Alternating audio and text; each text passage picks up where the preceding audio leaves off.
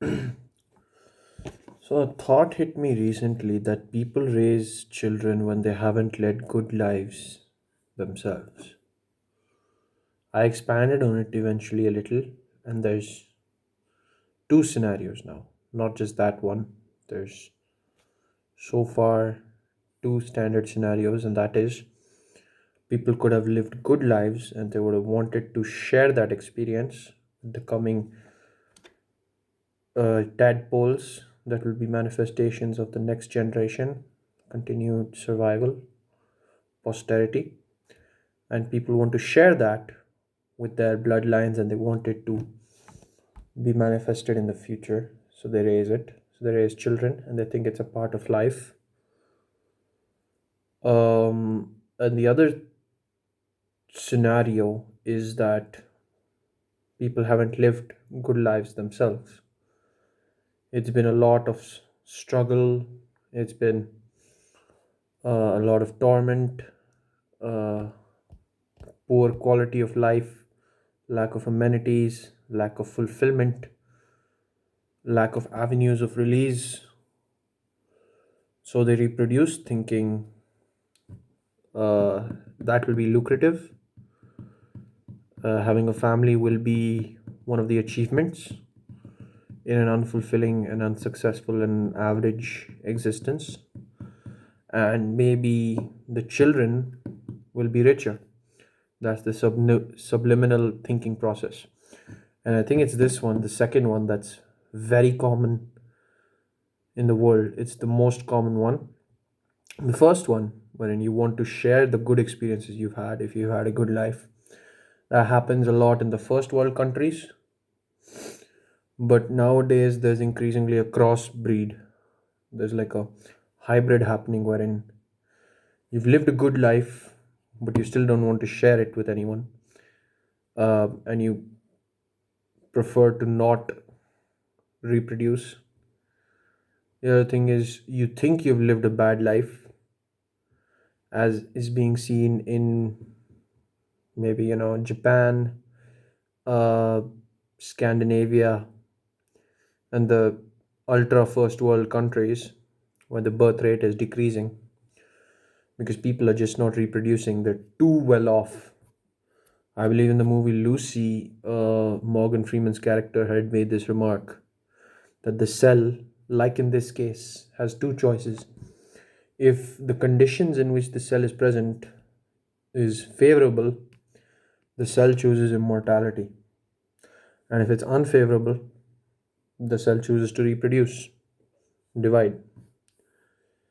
And that's what it's spot on completely because it's so representative of the world we're living in. We see that moment there are any livable conditions, but quality of life and happiness index, HDI, and fulfillment are very low. There is a population explosion. There was a J curve that happened the previous century in India. It's obviously the birth rate is much lesser now, but it's still prevalent. And as we're seeing in Africa, just as conditions have met the meager livable mark, but it's still such a poor region, underdeveloped, primitive, that people want to make sure that their children have better lives and that having children will be an achievement. And Africa is about to explode in terms of population. So, yeah, and the countries that have achieved first world status, you know, Europe post the Second World War, they disregarded all their cultural values, went into a state of utopia, you could say, hedonistic utopia, complete disregard for culture and values, maybe because they thought it could be leading to another war. How misguided, but that's opinionated anyway. China cannot be considered in any of these arguments because in China, there's a whole lot of stuff that happened in China in the 2 decades, 50s and 60s, that we don't know about, aside from the uh, huge ramifications of the leap forward and the communist revolution or whatever. They were actually asked to have a lot of children because that would help the economy. which is true in a sense. But so China doesn't come; it's a dystopia, and it can't be considered in normal objective argument. I'm talking about the others. India is expected to peak uh, at 1.6, according to current estimates, 1.6 billion by 2060, and then it's going to start coming down, like Japan is coming down right now. So yeah, the more favorable the conditions, the lesser the population growth rate becomes, and eventually the lesser the population becomes. So yeah, there's those two scenarios when I'm talking philosophically, spiritually. Either you've had a good life and you want to share the experience, or you've not had a good life and you want to make sure that via posterity you do. So you have children and you make sure they have a good life and you see that as an achievement.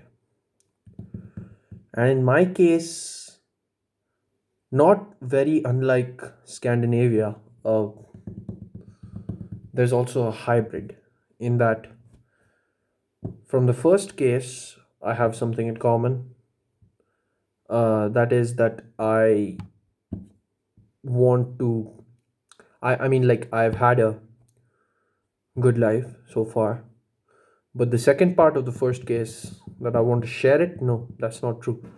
Because I am personally not ready, and I don't think I will ever be ready to share it. It's just my thing. It's way too close to me. It's way too personal to me. The fabric of reality, the fabric of existence. I'm not ready to pass on my experience.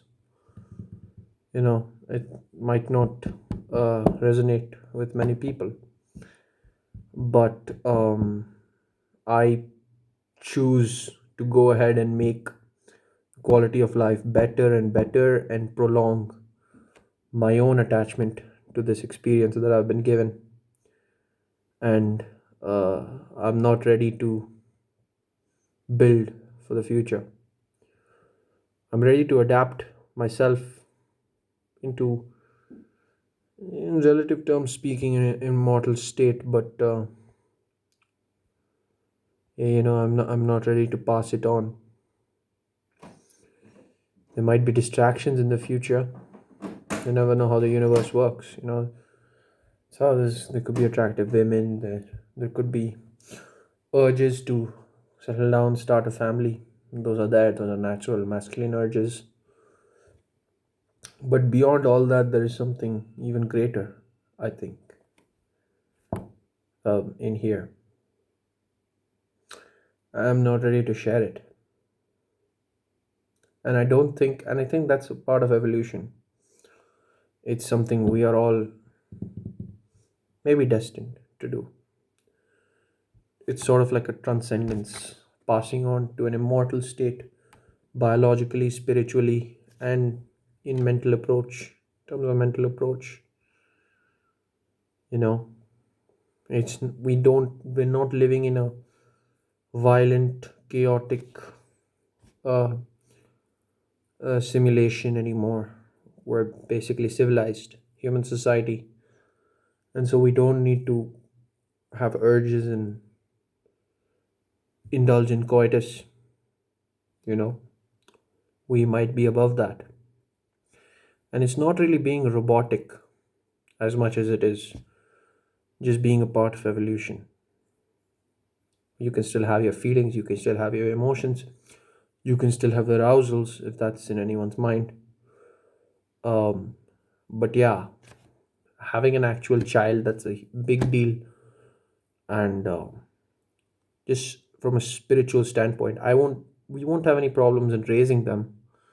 It's just that we don't want to let go of this, you know, our continued attachment to our sense of reality and our experience. We don't want it to be passed on, because if it's passed on, it means we're losing it.